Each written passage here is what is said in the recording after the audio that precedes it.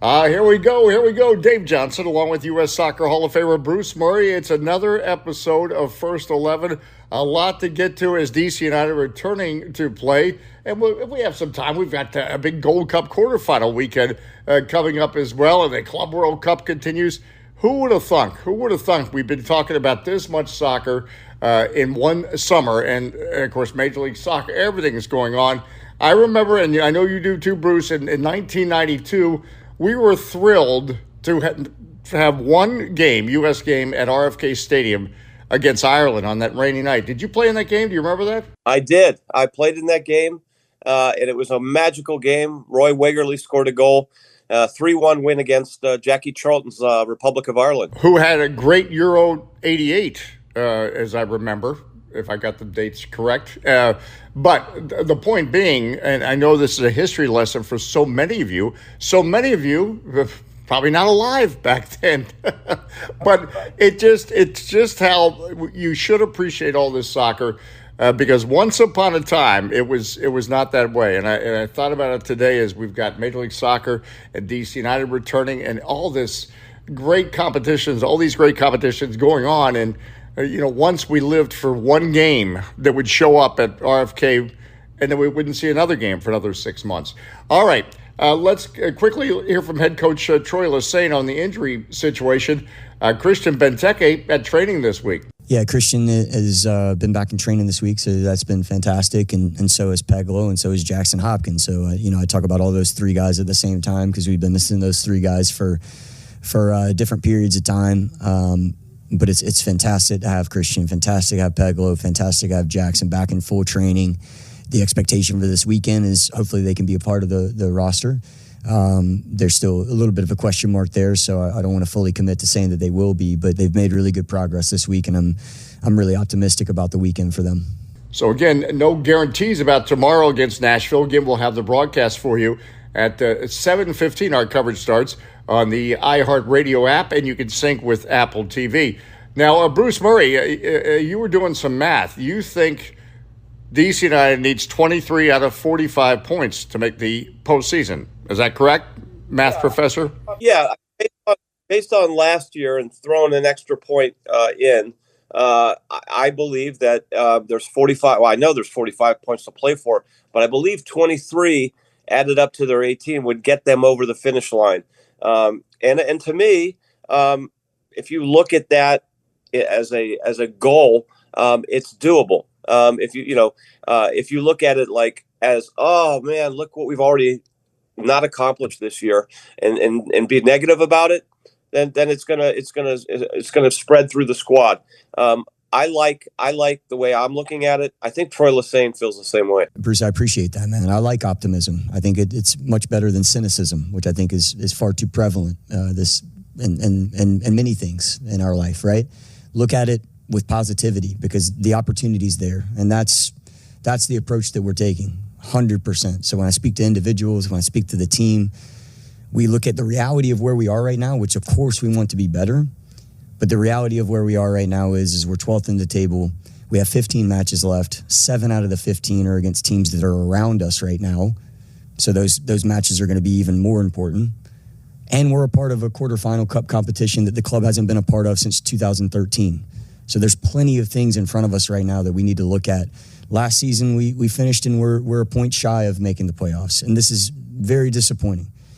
This season, it's still in front of us to accomplish that. If we can accomplish that target of making the playoffs, if we can accomplish making the from quarterfinals to semifinals in the Open Cup as a next step, we're taking the right steps towards having success in 2025. Okay, you heard Troy Lesesne appreciating Bruce Murray's optimism, and he noted you can point to certain moments of this season, the DNA of this club, whether it's comeback wins or comeback ties. Chicago jumps out when Jacob Merle scored that wonder goal, the win over FC Cincinnati. But consistency has eluded this team, and it's encouraging to hear that Benteke, Peglo, Hopkins might be returning. But moreover, Bruce, in your mind, regardless of who's playing, to get those 23 points, how do you achieve that consistency? Well, yeah, you have to go out and go for it. you have to. There comes a certain time in the season where you say to yourself, or a big game, national team, look, you know what? I'm a professional. I have to go out there. I know what the coaches are telling me, and I have to stay within the program. But I also have to. If I'm a guy who can take people on, I got to take them on. Even if it's two guys in front of me, I've got to do that. I.e. Jack McGlynn or Quinn Sullivan type players, wingers in this league. And I think that's what you have to, the mentality you have.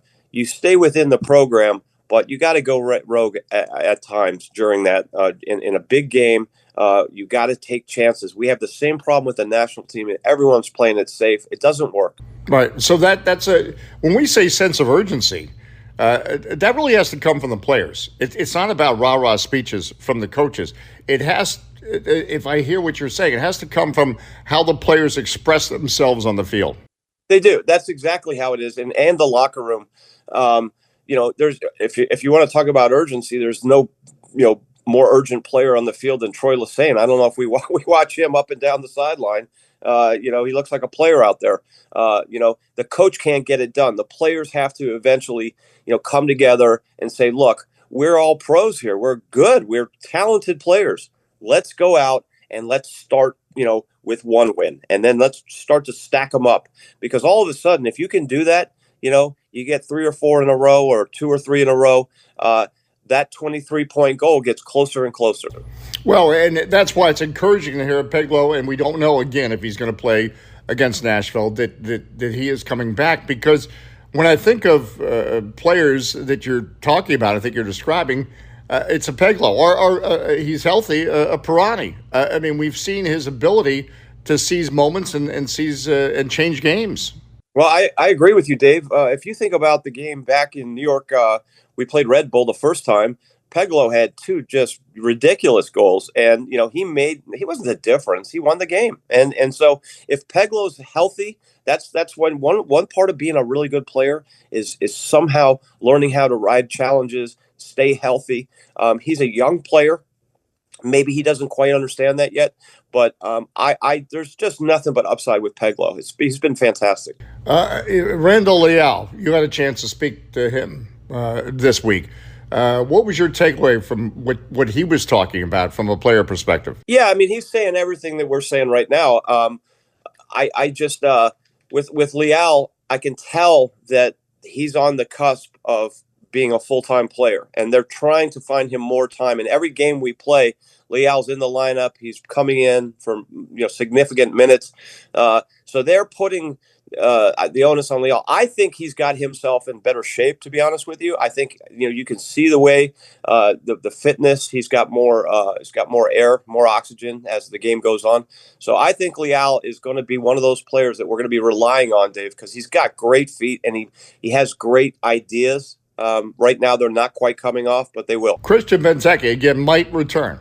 But again, it cannot be about, okay, Benteke's back, all the problems are solved. How can this team, we talked about individual expression, but how can this team be, more dynamic in attack? And again, the players take on initiative. Is it overloading one side of the field? What will make this team, quite frankly, that was not very dynamic on the road against Real Salt Lake, dynamic enough to contend for the postseason? Very simple, very simple.